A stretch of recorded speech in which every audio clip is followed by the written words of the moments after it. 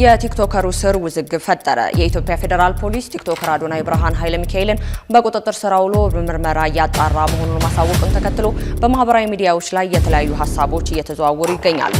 ጋይስ ስግጥ የሚለው ቃል ብናቆም ይሻላል፣ ምክንያቱም በጣም ብዙ ሰዎችን እያስቆጣን ያለው። አሁን መሰገጥ ነው ያልኳለ መሰጋገጥ ነው ያለብን።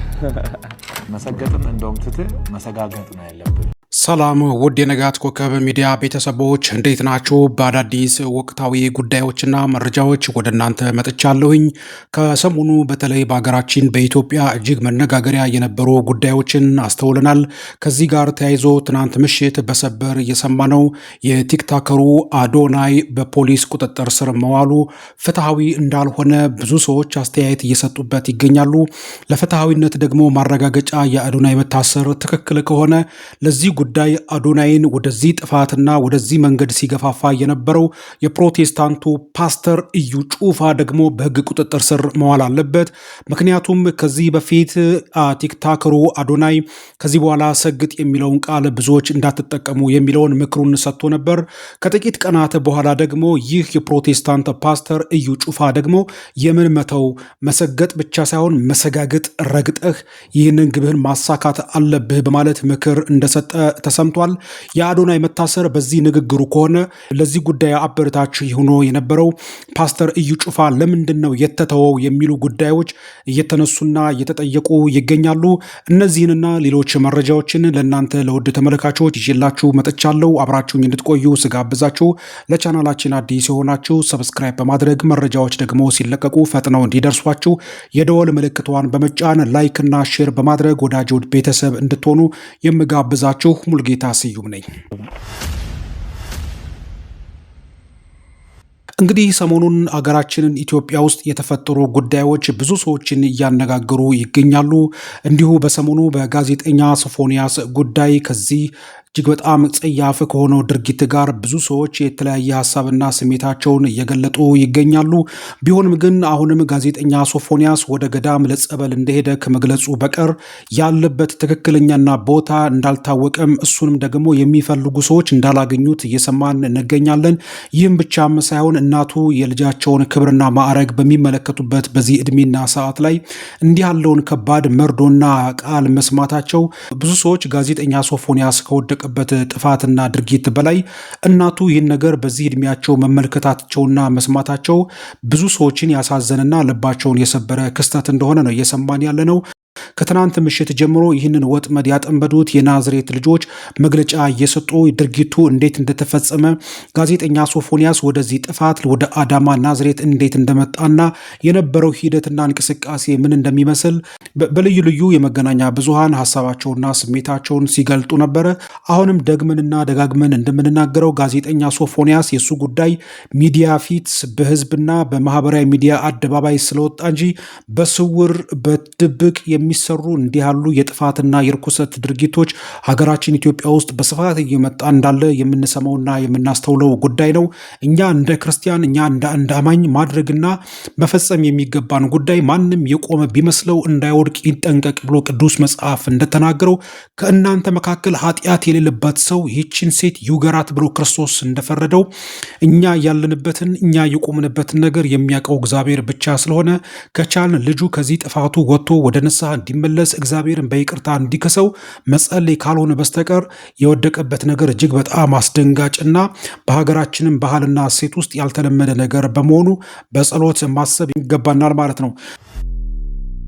ሌላው ትልቁ በጣም መነጋገሪያ የነበረው ትናንት ማታ ምሽት የኢትዮጵያ ፌዴራል ፖሊስ በፌስቡክ ትስስር ገጹ ላይ ይፋ ያደረገው ከሰሞኑ በጂ ፓወር ቲክቶክ አዋርድ ላይ ከኢትዮጵያውያን ባህልና እሴት ወግ አለባበስ ውጭ የሆኑ አልባሳትን ተጠቅመው ወይም ደግሞ እርቃናቸውን ሆነው በዚህ ኢቨንት ላይ የተገኙ ቲክቶከሮችን ፖሊስ በሕግ ቁጥጥር ስር እንዳዋላቸው ሰምተናል።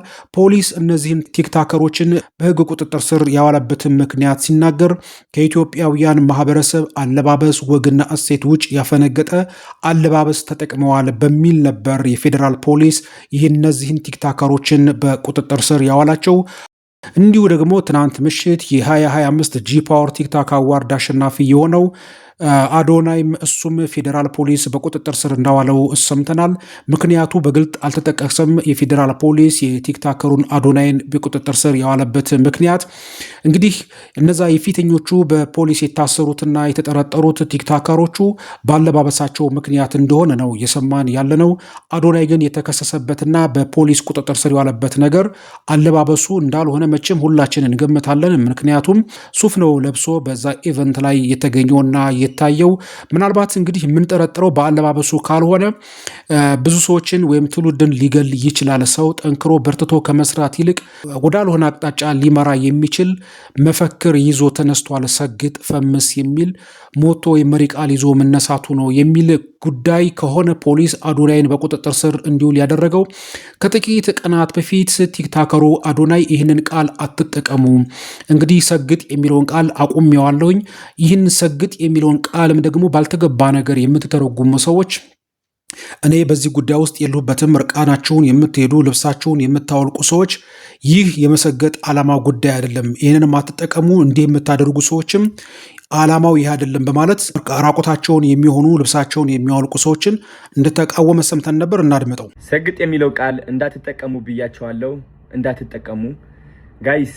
ይህ ሰግጥ የሚለው ቃል እውነቴን ነው የምላችሁ በጣም ብዙ ጠላቶች ይዞ ቢመጣ አይገርማችሁ፣ ከምታስቡት በላይ ማለት ነው። እንግዲህ ከ2 ቀን ነው ከ3 ቀን በፊት ሰግጥ የሚለው ቃል እንዳንጠቀም ብዬ ፖስት አደረግኩኝ። ይህ ፖስት ደግሞ ከምን የመጣ ነው መሰላችሁ? ካለመሰገጥ የመጣ ነው ነው ስላልሰገጥኩኝ ነው ሰግጥ የሚለው ቃል አቁሙ ያልኳችሁ።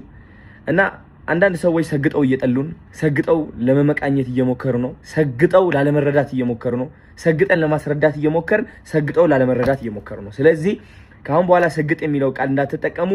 እንግዲህ ቲክታከሩ አዶናይ ይህንን መሰገጥ የሚለውን ቃል እንዳትጠቀሙ በሚል በይፋ ነው መግለጫ የሰጠውና ሀሳቡንም እንደቀየረ እየሰማ ነው ማለት ነው። ሰግጥ በሚለው ቃል አዶናይ የሚከሰስና በፖሊስ ቁጥጥር ስር እንዲውል ካደረገው እንግዲህ እንደ ልጅነቱ ወይም ደግሞ እንደ ወጣትነቱ ከዚህ መንገድና ከዚህ ቃል እንደተመለሰና እርምት እንዳደረገ ነው ራሱ የተናገረው ማለት ነው። አሁን ከቀናት በኋላ ደግሞ ቲክታከሩ አዶናይ ወደ ፓስተር እዩ ጩፋ ዘንድ ጋር በተገናኘበት ሰዓት ላይ ፓስተር እዩ ጩፋ የተናገረው ንግግር ደግሞ አሁንም ብዙ ጥያቄ እንድንፈጥር ነው ያደረገ። ምናልባት ቅድም እንዳልኳቸው አዶናይ የተጠረጠረበትና የተከሰሰበት ጉዳይ ምንድን ነው የሚለው ጉዳይ ብዙ ሰዎች በጥያቄ ምልክት እንዲቀመጥ አድርገውታል። በአለባበስ ከሆነ አዶናይ የሚከሰስበት ጉዳይ የለም። ሰግጥ ፈምስ በሚለው ቃልና ንግግሩ ከሆነ እርምትና ማስተካከያ ሰጥቷል። አይ ይህም ጉዳይ እርምትና ማስተካከያ ቢሰጥም ከተጠርጣሪነትና ከተጠያቂነት ነፃ ሊያደርገው አይችልም ብሎ የኢትዮጵያ ፌዴራል ፖሊስ የሚያስብ ከሆነ ይህን ጉዳይ ሲያበረታታ ሲደግፍ የነበረው እዩ ጩፋ ነው መጀመሪያ መጠየቅና በሕግ ቁጥጥር ስር መዋል ያለበት። ምክንያቱም እሱ እዩ ጩፋ ለአዶናይ ሲነግረው የነበረውን ቃል እናድምጠው። እኔ መናጽር ቃሉ በጣም ተመችቶኛል። በጣም ነው የተመቸኝ። እንደውም አንተ አሁን መሰገጥ ነው ያልከው አለ መሰጋገጥ ነው ያለብህ። መሰገጥን እንደውም ትተህ መሰጋገጥ ነው ያለብህ። ስግጥ አንዴ ይረግጣል። ስግጥግጥ ግን 3 ነው የሚረግጠው። በደንብ መድረስ አለበት። እዩ ጩፋ ሲናገር የነበረው መሰገጥ ብቻም አይደለም፣ ይህንን ጉዳይ አጠናክረህ ስግጥግጥ ብለህ ረግጠህ ጉዳይህን ዓላማህን አሳካ እያለ ነው። እንግዲህ አዶናይ ይዞት የተነሳውን ጉዳይ ሲያበረታታ እንደውም ከዚህ ከጀመርከው ጉዳይ የበለጠ አጠንክረህ አነጋገሩንም የቃላት አጠቃቀሙንም ማሳደግ አለብህ በማለት እዩ ጩፋ ፓስተሩ ሲናገር የነበረው። ስለዚህ በዚህ ቃል አዶናይ ተከሶ ከሆነ ሲያበረታታ ሲደግፍ የነበረው ይህንን ቃልም ደግሞ ምክር ሲሰጥ የነበረው እዩ ጩፋ ለምንድን ነው ያልተጠየቀው? እኔ አሁን በዚህ ጉዳይ ላይ ሀሳብና አስተያየት እየሰጡ ያለሁት አዶናይን በመወገን አይደለም፣ ግን የፌዴራል ፖሊስ በተለይ በፕሮቴስታንቶች ላይ ያለውን አመለካከትና እይታን ትናንት በለቀኩት ቪዲዮ ላይ አስተያየት ሰጥቼበታለሁ። እነዚህ ከኢትዮጵያውያን ባህል እሴት ያፈነገጠ አለባበስ ተጠቅመዋል ብሎ በሕግ ቁጥጥር ስር እንደዋላቸው ሁሉ በጎዳና ላይ ስብከት አላፊ አግዳሚውን ወጪ ገቢውን የሚንቀሳቀሰውን ትራንስፖርት የሚፈልገውን ሕዝብ የሚያውኩ ሰዎችን ይህ የኢትዮጵያውያን እሴት አይደለም። አንድ አማኝ እምነቱን ማራመድ የሚችልበት የተሰጠው የአምልኮ ቦታ አለ። በዛ ነው አምልኮንና ስርዓቱን መፈጸም አለበት። በጎዳና በመንገድ ላይ የወጡ ግን ማህበረሰቡን የሚያውኩ ሰዎችን ስለምንድን ነው ፖሊስ ሕግ የማያስከብረው? ለምንድን ነው ይህን ነገርስ እርምት የማይሰጥበት? የሚል አስተያየት ትናንትና ሰጥቼበት ነበር።